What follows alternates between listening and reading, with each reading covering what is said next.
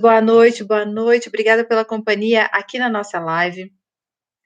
Hoje eu estou trazendo esse tema que eu já abordei lá eu sempre achei que era simples, por isso não falava tanto desse tema. Porém, de tanto falar, a conexão tá ruim, vai melhorar aqui, vamos ver. Melhorou, voltou. De tanto falar de fazer o devocional, da importância de fazer o devocional, vocês começaram a me perguntar, mas o que é devocional? Mas como faz devocional? E um dia uma leitora escreveu até assim: eu não sei nada, eu não sei nem o que é versículo. E eu achei tão bonitinha a sinceridade dela, sabe? A verdade que ela colocou isso, que eu falei, talvez a gente fala assim como se todo mundo soubesse, já fosse, sabe, conhecesse tudo isso, e não, né? A gente tem que falar dos princípios, do básico. Então vamos lá. Primeiro, o que, que é o tempo de devocional? É o tempo que você dedica a Deus, é aquele tempo reservado para você falar com Deus. Eu sempre recomendo que se faça esse tempo logo cedo pela manhã. Eu tive uma ideia, gente. Eu vou entrar na minha própria live. Aí eu posso ver se vocês estiverem comentando, eu vou conseguir ler. Que tal? Uma boa ideia, né? Então, e aí voltando ao assunto, é aquele que não é uma desculpa falar que acorda muito cedo, porque eu também acordo muito cedo. Deixa eu sair aqui, né? Voltou, gente. Hoje parece que a coisa não tá das melhores, não. Tá saindo, tá caindo a internet. Não sei o que tá acontecendo. Mas ok, gente. Vamos lá. Fica aqui comigo, fica firme que a coisa vai andar agora. Tô tentando entrar aqui na live. E aí eu mesma vou ver como se eu fosse uma pessoa assistindo a live. Espero que dê certo a minha estratégia. Deixa eu ver se vai dar certo. Ah, deu certo. Tô entrando. Ok, gente, tô aqui. Ah, deu certo. Olha lá. Tô entrando. Pronto, vamos ver se eu vou conseguir ler algum comentário. Não, não tá habilitado, eu acho. Mas tudo bem, gente, vamos sem comentário. Fica firme aqui. Então, eu recomendo que você faça o seu tempo de devocional logo cedo, pela manhã, quando você acorda. Por quê? Porque tem uma frase célebre de um pastor que ele fala o seguinte, me fugiu o nome dele agora. Ele fala: encontre o Senhor logo cedo para não encontrar o diabo ao longo do dia. E a verdade a Deus, seu dia já está reservado para Deus, é outra relação, quando você já separa um tempo cedinho para estar com Deus. Então, eu sugiro que você faça bem cedo. Ah, mas eu acordo, saio de casa às 7 horas da manhã, acordo às 6, mas eu acordo às 6, acordo às 5, eu acordo às 5, acordo às 4. Enfim, acorda mais cedo. Veja bem, no começo, quando você começar a fazer seu devocional, você não precisa fazê-lo, é, assim, longo, começa pouquinho, eu sempre falo baby steps, passinhos de bebê. Começa com passinhos de bebê, que você vai melhorando, você vai aumentando o tempo. E fora que isso é uma questão de hábito, né? A ciência pesquisou que você leva cerca de 21 dias para construir um hábito, ou seja, tem que fazer 21 dias ininterruptos para você falar, agora é um hábito, faz parte da minha vida. Muitas coisas você deve estar fazendo aí no período de quarentena que vão virar um hábito, porque você está fazendo todo dia. Então, tudo aquilo que a gente persevera vira um hábito. A mesma coisa é fazer devocional. No começo é estranho, no começo é difícil, às vezes um dia você faz, outro você esquece, por isso que é importante ter um dia e um horário fixos, ok? Fechamos essa questão de ter um dia fixo. Então, o devocional é isso, você deixar um dia fixo para você ter um tempo com Deus, um dia e um horário. Então, já combinamos aqui que o ideal é de manhã cedo, certo? Nem sempre você vai conseguir fazer de manhã cedo.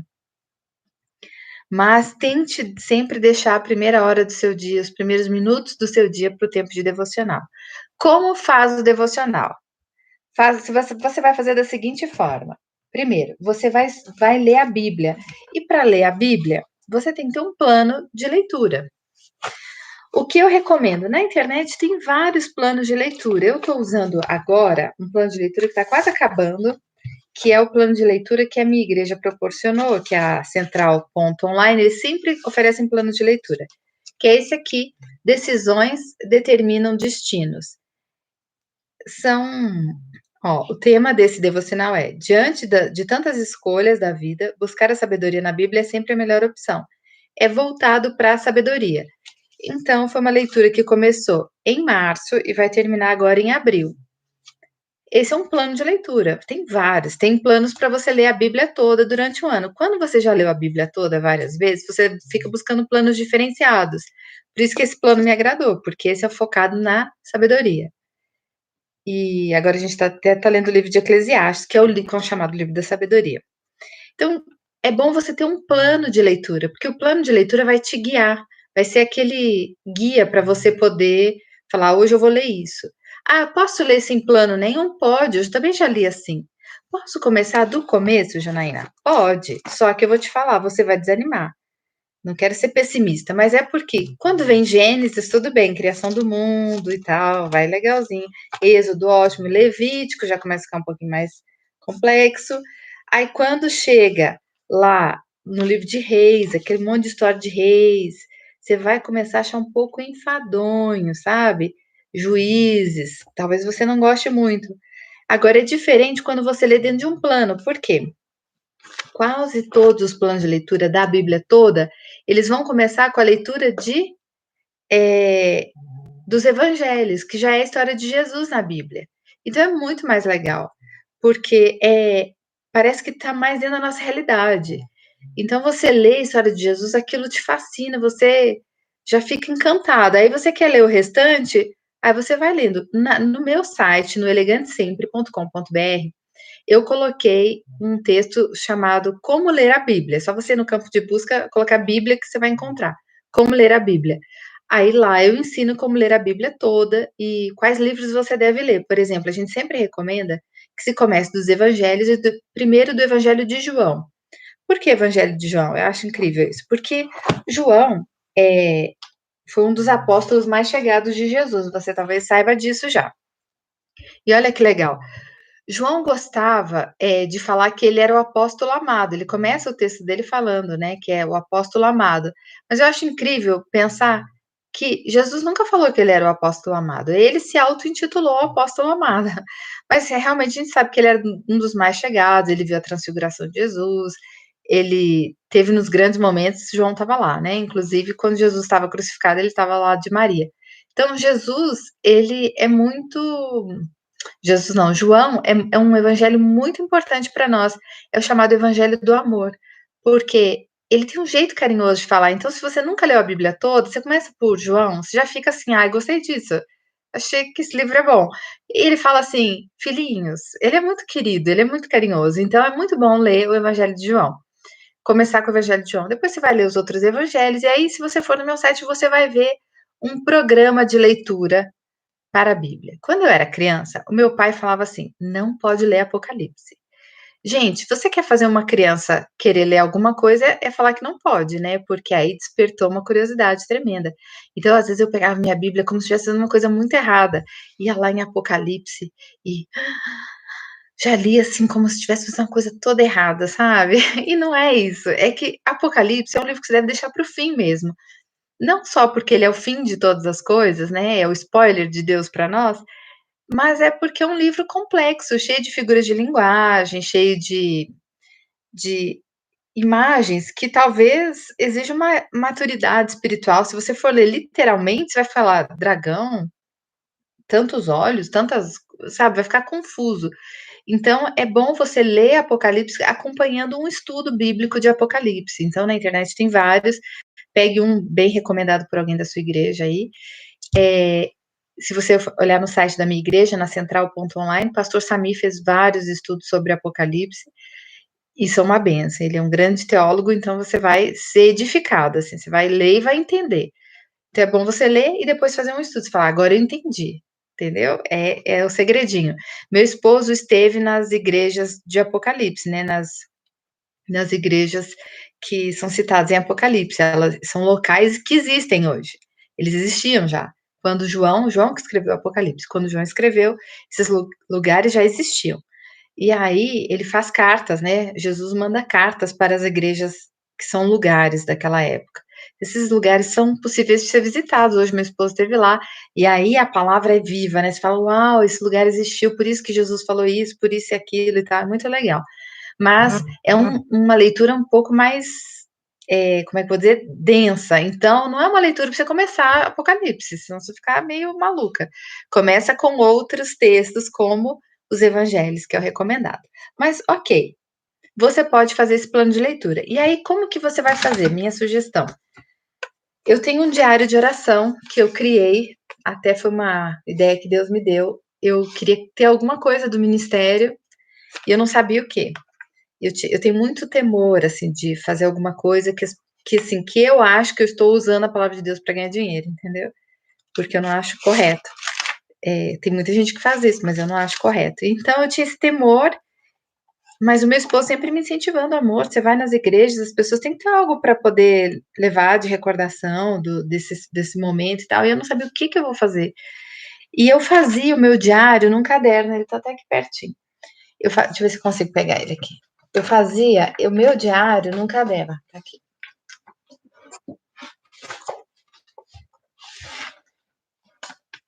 Aqui. Tá aqui, ó. Esse era um dos cadernos. Esse foi o último que eu usei. Eu usava cadernos comuns, esse foi o último. Eu ganhei de uma amiga. E aí, eu usava, tá tudo escrito, como meu diário de oração. Um dia usando, foi até com esse diário aqui usando, Deus falou assim para mim: mostra como você faz o seu diário. Eu falei, então eu vou transformar isso aqui numa coisa fácil das pessoas usarem. O que eu quero te dizer, você pode adquirir o meu diário, tá? No meu site, na minha loja. Mas você pode usar um caderno, você não precisa usar o meu, você pode usar um caderno qualquer. É que o meu vem todo arrumadinho, então fica legal. Então tem o versículo do dia. Você leu aquele capítulo do seu plano de leitura. Leu um capítulo todo, aquilo falou o seu coração. Aí você vai destacar um versículo, para quem não sabe, né? Cada livro da Bíblia, são vários livros, cada livro tem capítulos, como qualquer livro, e cada capítulo tem versículos, que são pequenos textos, para você localizar, porque se eu falar para você Provérbios 31, versículo 2, você acha, porque você vai direto, porque o provérbio é grande. Mas se eu falar o versículo, é como se fosse o parágrafo, só que o versículo não é bem o parágrafo. Às vezes ele tem um texto um pouquinho maior, mas é o versículo. Então, é um versinho, é um textinho. Aí você vai, daquela leitura que você fez naquele dia, você vai selecionar um versículo que você gostou, que falou o seu coração. Isso aqui falou meu coração. Nossa, que verdade. Aí você vai lá e escreve num caderno, no seu espaço, ou não precisa escrever. Eu gosto de escrever, eu acho que a escrita, ela é um memorial, né? E a gente tem que fazer memoriais. Então você vai lá, escreve num papel, num caderno, num diário de oração, o versículo que destacou. Depois você escreve qual foi a mensagem que aquilo falou com você.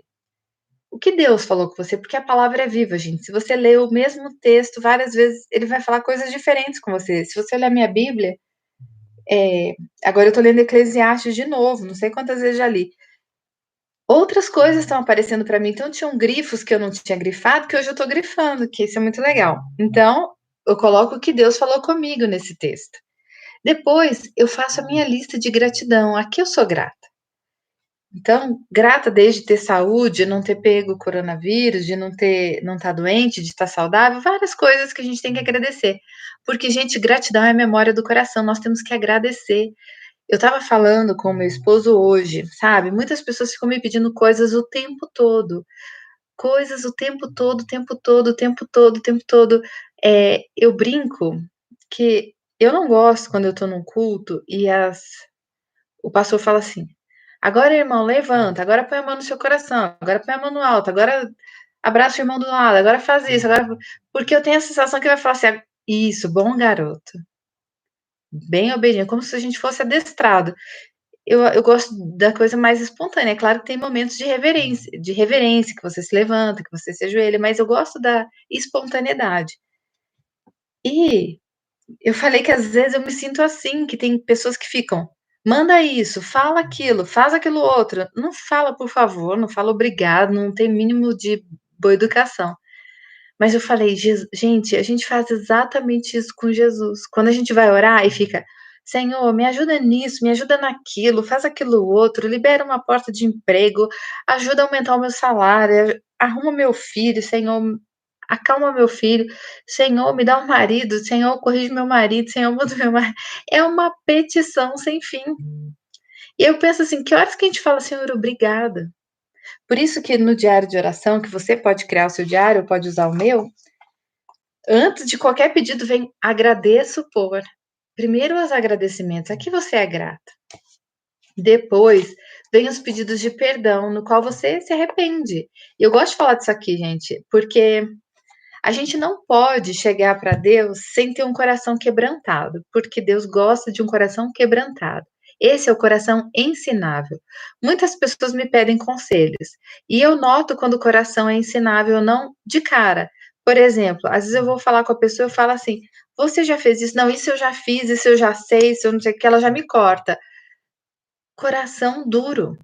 Ela quer, vou ser sincera, gente, muitas pessoas me pedem oração.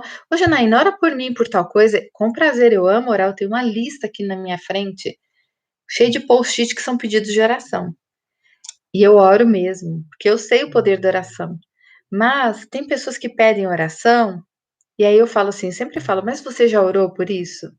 Claro que eu já orei. Então, assim, a pessoa já tá com o coração endurecido. Porque, gente, eu não tenho uma linha direta diferente da sua, todo mundo tem a mesma linha. Jesus é a linha. Ele é o caminho, ele é a porta. Então, não tem atendimento preferencial. Se eu chego na frente, eu furo fila, eu não faço isso, né? Eu sou como você. Eu peço do mesmo jeito. Então, mas eu vejo que tem pessoas que não são ensináveis. E por isso que nós temos que primeiro chegar diante de Deus com o coração quebrantado, para o Senhor nos ensinar. O que significa isso? Falar, Senhor, eu reconheço que eu critiquei Beltrano ontem. Eu não devia ter feito isso.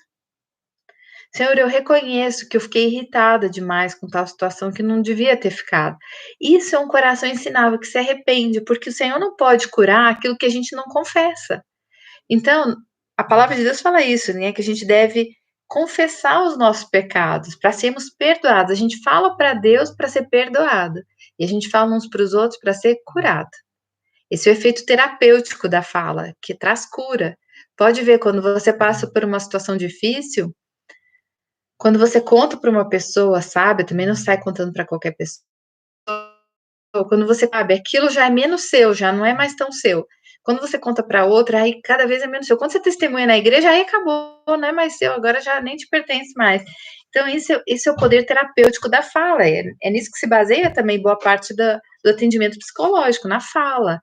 Porque a pessoa tem que elaborar, ela tem que colocar para fora, isso traz cura. Mas o perdão vem só de Deus. Ninguém pode te perdoar dos seus pecados, só Deus. E Ele perdoa quando você confessa. Então, você tem que confessar.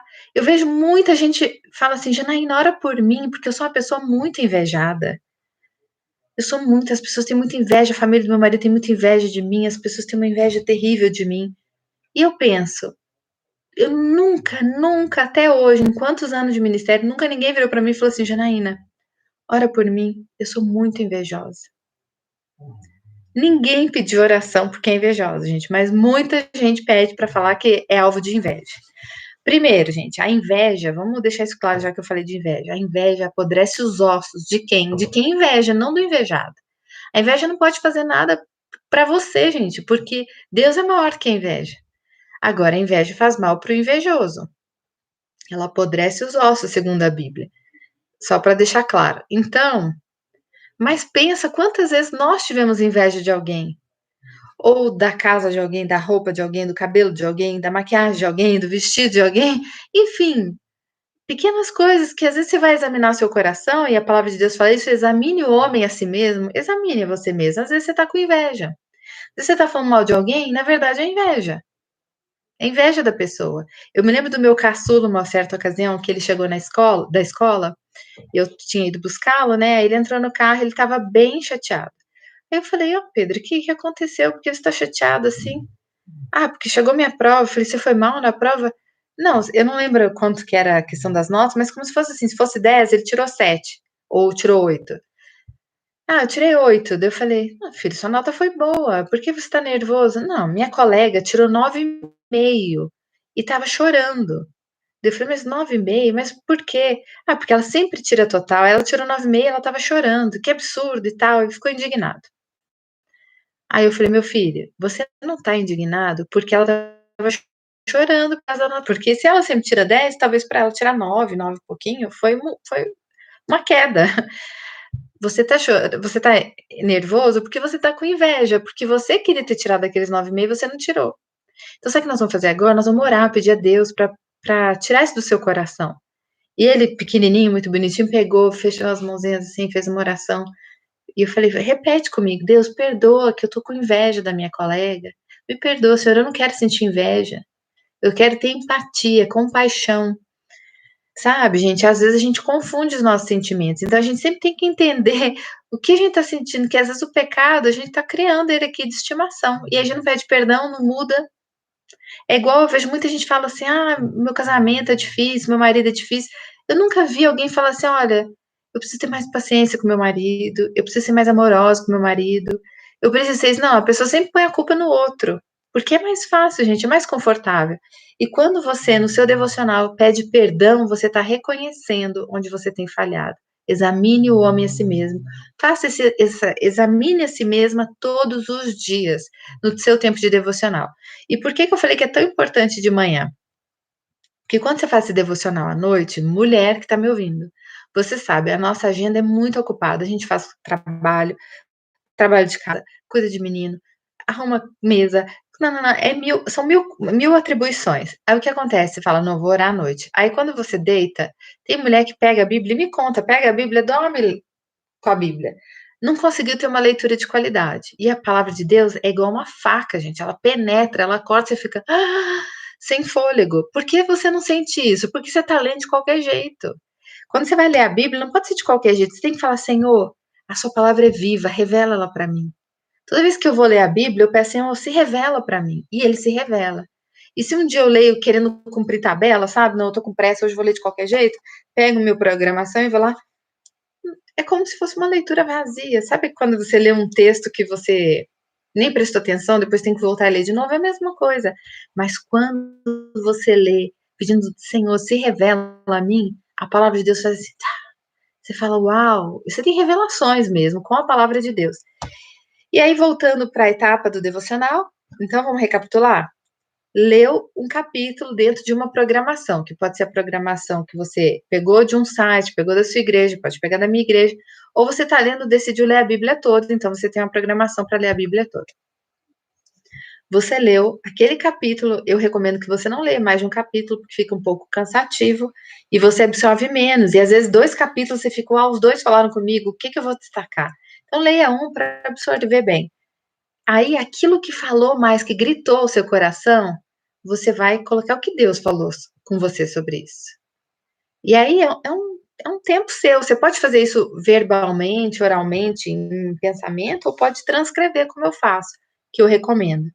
Depois você começa a agradecer a Deus: "Senhor, eu te agradeço por estar viva, por mais um dia de vida, por ter saúde, por ter uma casa, por ter família", sabe. Vai agradecendo tudo que você é grata de verdade. Depois vem a fase do perdão: "Senhor, me perdoa porque eu pequei contra você, Senhor, me perdoa porque eu fiz isso". Vai falando, e fala mesmo, e eu digo assim, não é: "Senhor, me perdoa os meus pecados", porque isso é muito vago, aí eu imagino Deus lá assim: "Ai santa, quais, né, você pecou demais, vai me dizendo aí". Então seja direta: "Senhor, me perdoa, Senhor, porque eu senti inveja da Beltrana quando ela passou e eu vi que o carro dela era bem melhor do que o meu. Senhor, me perdoa porque eu gritei com meu filho e não tive domínio próprio. Senhor, me perdoa porque eu não estou orando como eu deveria", sabe? Seja franco com o seu lado fraco, porque aí o Senhor pode tratar você e você vai ver que há tratamento. Mas se você não confessar, vai continuar do mesmo jeitinho. E por fim, então, somente vem a parte das petições, que é realmente o momento em que você pede. E tem as petições suas e tem as petições que são chamadas a intercessão, quando você pede por alguém, você está intercedendo. Então eu faço na minha oração, tá, gente? Eu faço assim, eu faço a minha oração, as coisas que eu estou pedindo, as coisas que eu estou clamando a Deus. Algumas são antigas e eu ainda não recebi resposta, e eu vou orando. E outras são a oração que eu faço por outras pessoas, que é a intercessão. Aí são os pedidos que eu tenho aqui num painel na minha frente, uma lista gigante de pedidos. E eu oro mesmo quando a pessoa me pede oração. E eu contei isso para vocês, mas acho que vale a pena contar isso, que em 2017 eu sofri um acidente, eu fui atropelada numa rodovia, eu fiquei entre a vida e a morte e sobrevivi de uma forma, assim, milagrosa mesmo, sem sequelas. Eu tinha tido uma lesão na coluna, eu tinha tido um traumatismo craniano, eu quebrei ossos, eu me machuquei toda e fui arrastada no asfalto. E eu tô viva por um milagre de Deus, mas eu não posso deixar de agradecer que quando eu ainda estava inconsciente, porque eu tive traumatismo craniano, eu fiquei inconsciente, quando eu fui socorrida na ambulância, com meu filho mais velho foi dentro da ambulância comigo, no hospital, ele começou a mandar mensagens de texto para as pessoas pedindo oração. Ele achava pastor ou pastora e contava o que tinha acontecido e pedia orações. E as pessoas na hora mandavam áudio com orações, ele punha para eu escutar e eu voltei à consciência. E eu digo que há poder demais na oração. Então, se uma pessoa te pedir oração, que é uma coisa que você pode oferecer gratuitamente para alguém, ore por essa pessoa. E ore na hora que a pessoa te pedir, não espera o seu tempo de devocional. Tem orações que eu faço todos os dias, ajuda, me fala uma. Ora por mim, eu oro na hora. Agora, há pedidos, há situações que são difíceis, e essas eu oro todos os dias, que é a intercessão, todos os dias. Faça isso. Você não tem noção do quanto nós somos abençoados quando nós oramos por outras pessoas. Se você falar, mas eu não sei como orar, converse com Deus, Senhor. Eu quero te pedir, ajuda fulano, ele está precisando de ajuda, ele está precisando de um emprego, Senhor. Ajuda fulano que está no hospital, Senhor, tem misericórdia. Essa é uma oração, é simples assim. Não precisa achar que você tem que falar muito elaborado, porque Deus é simples. Deus quer ouvir sua voz, é só isso que Ele quer que você fale. Aí você fala, mas Deus não sabe o que eu preciso, sabe, mas Ele gosta de ouvir. É igual você que é mãe ou pai, que está aqui na live, quando o seu filho quer uma coisa, às vezes você já sabe, mas não é bom quando ele vem pedir, mãe, você me dá um carinho? Aí você vai toda feliz lá dar um carinho. Você já sabia que ele queria, mas é bom. Detalhe, gente, que eu não falei. Você pode usar um desses livrinhos de devocional. Eu peguei um aqui antigo que eu usei, que é da Joyce Meyer. O livrinho da Joyce Meyer, ele tem uma leitura por dia. Hoje, eu nem uso mais isso, porque eu criei meu próprio devocional, que eu fiz textos diários. E aí eu mando em áudio para as pessoas que me seguem nos grupos de WhatsApp. Se você não está no grupo de WhatsApp, depois você vai aqui que eu vou colocar embaixo do vídeo o link. E também tem no meu Instagram, lá na bio, que é embaixo da minha fotinho, tem um link lá, tem para o grupo de WhatsApp e Telegram. Você pode entrar num desses grupos e aí você vai receber de segunda a sexta o meu devocional em áudio. Pode te ajudar também. Eu venho falando de Gênesis até a Bíblia toda. Então, eu tô falando de vários textos, de todas as leituras. Você pode usar como um complemento, mas é muito importante que você tenha o tempo.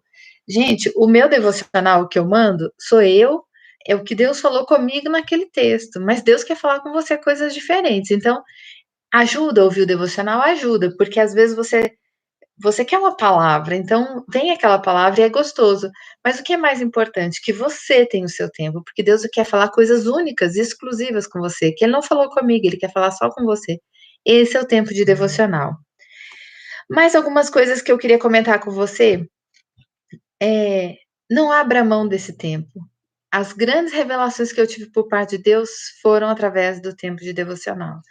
E na live do Instagram eu falei disso, e acho que vale a pena falar aqui. Eu queria tanto estar interagindo com vocês, pena que o chat não funcionou, mas eu vou descobrir o que eu fiz para na próxima live estar funcionando. O que eu queria contar para vocês? Como é que Deus fala conosco? Porque talvez essa seja a sua dúvida. Mas, sabe, era a minha dúvida, porque logo que eu me converti, eu percebia que uma coisa diferente que eu não via na igreja católica, mas via na igreja evangélica, as pessoas falavam muito assim: "Irmã, Deus falou comigo, Deus falou comigo", ou o pastor falava: "Deus falou comigo", eu falava: "Gente, mas Deus fala com todo mundo assim, e só não fala comigo". E eu não entendia por que as pessoas falavam que Deus falava com elas e eu não escutava Deus falando comigo. Mas eu comecei a buscar, né, eu quero também ouvir Deus falar, como Deus fala com todo mundo. Aí eu ganhei um livro até da Joyce Meyer, do meu esposo, ele me deu, chamado Como Ouvir a Voz de Deus. E esse livro explica as formas como Deus fala conosco, que eu quero compartilhar com você, porque é bem rapidinho e pode ser sua dúvida. Deus fala conosco de várias formas. A principal delas é através da palavra dele, que é a Bíblia. Então, tudo que você estiver buscando de resposta, Deus já colocou na palavra dele. Então, se você quer ouvi-lo, ouça a palavra dele. A palavra dele está onde? Na Bíblia. Então, leia a Bíblia. Mesmo lendo um livro de crônicas, um livro de reis, Deus vai falar com você lá, não importa onde você está lendo. Como agora a gente veio fazendo um estudo sobre sabedoria, a gente leu reis, leu crônicas, leu Samuel, leu, tá lendo Eclesiastes, Deus falou em todos os capítulos. Porque Deus fala e a palavra de Deus é viva, então ela se renova. Você vai falar, nossa, que coisa atual, e é atual, porque não tem, o princípio de Deus não passa com o tempo, com a modernidade, pós-modernidade, continua o mesmo. Então isso é muito legal. Primeiro, a palavra de Deus, Deus vai falar com você através dela. Depois, Deus pode usar a própria criação para falar. Ele não usou uma sarça ardente, ele não derrubou Paulo, né, na época Saulo, de um burrinho, de um jumento, sei lá. Deus usa a criação dele para falar conosco, né? A palavra de Deus fala isso, que se os homens não clamarem, até as pedras vão clamar. Então, ele pode usar a criação. Por isso que você já percebeu como a gente sente a presença de Deus quando a gente está no meio da natureza? A gente está assim no meio do mato, parece que a presença de Deus é tão real. É porque a criação fala do Criador, então não tem como estar no meio da criação e não sentir o Criador. Mas quando você está numa selva de pedra, é mais difícil, parece que abafa até a voz de Deus. E quando você está no meio da natureza, a voz de Deus é clara, é audível.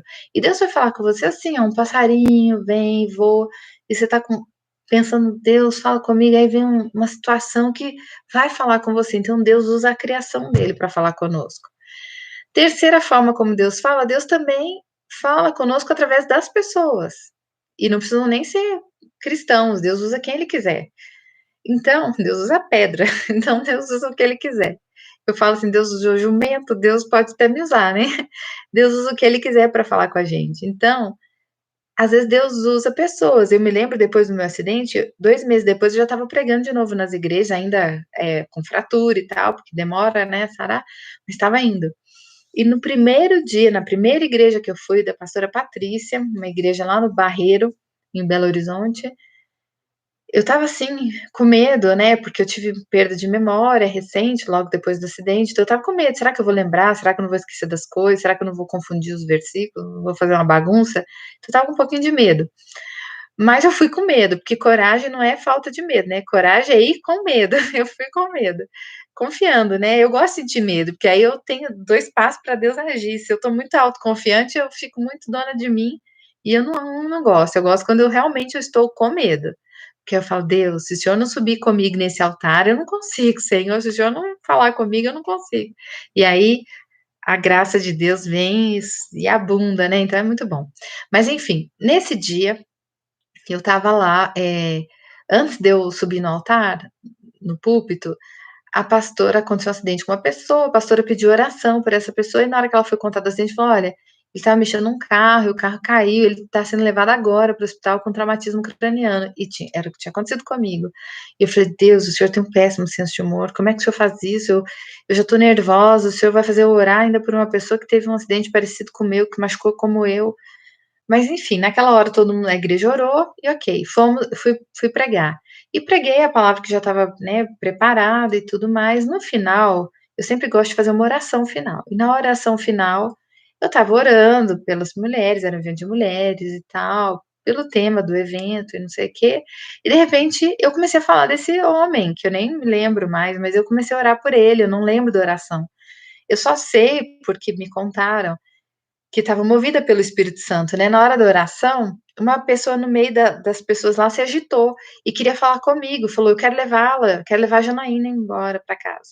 E daí no carro ela me contou que ela era parente dele, acho que sobrinho ou primo, uma coisa assim, e que quando eu estava acabando de orar, chegou uma mensagem no celular dela falando assim: "Olha, ele não tem nada, ele só teve uma fratura na clavícula", exatamente o que eu estava naquele momento, inclusive imobilizada.